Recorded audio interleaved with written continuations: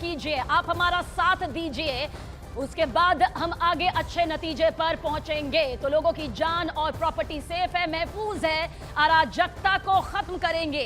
ये यहां पर निकलकर सामने आया है। इस वक्त की बहुत बड़ी खबर देखिए आप तक पहुंचा रहे हैं। अंतरिम सरकार जो है वो यहां पर बना ली गई है सेना के जरिए।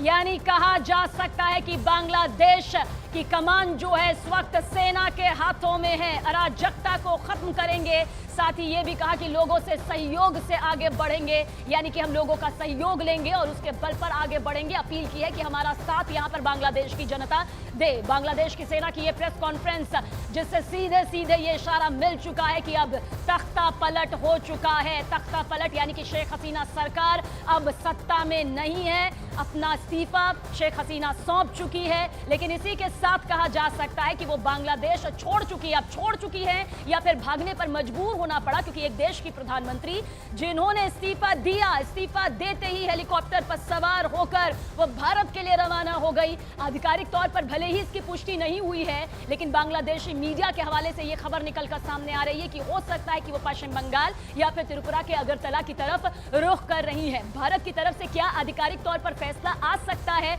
उस पर जरूर नजरें टिकी हुई हैं, क्योंकि अब जैसा कि मेरी सहयोगी शैलेंद्र बहुत खास बात यहां पर कह रहे थे, उन्होंने कहा कि जब ये रिश्ते मजबूत हुए थे भारत के साथ तब वो बांग्लादेश की प्रधानमंत्री थी, लेकिन अब वो वहां की महज एक राजनेता है, एक नेता है। ऐसे में भारत भी जो फैसला लेगा वो इसी के मद्देनजर यहां पर लेता हुआ नजर आएगा। लेकिन जो प्रेस कॉन्फ्रेंस यहां पर हुई है बांग्लादेश के सेना की तरफ से, उसकी बड़ी बातें यहां पर इस वक्त आपके सामने मौजूद हैं।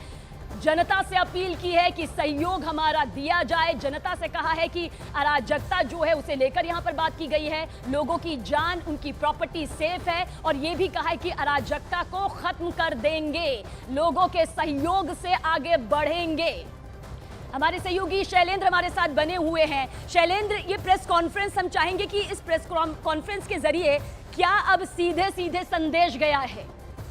देखिए, दो अहम बातें इससे सामने आ रही हैं। पहला तो ये कि अराजकता को खत्म किया जाए, यानी जो पिछले करीब करीब 1.5 महीने से वहाँ पर जो हिंसा चल रही थी उसको रोकने के लिए अब ठोस कदम उठाए जाएंगे, क्योंकि जो हालात वहाँ पर बेकाबू हुए हैं, करीब करीब 300 से ज़्यादा लोगों की इसमें जान जा चुकी है। उस पर काबू पाने के लिए ज़रूरी है कि वहाँ पर लॉ एंड ऑर्डर मेंटेन किया जाए। पहला तो ये। दूसरी अहम बात ये कि शेख हसीना जब रवाना हुई हैं तो ऐसी खबरें आ रही हैं उनके करीबियों से कि वो इससे पहले देश छोड़ने से पहले देश को संबोधित करना चाहती थी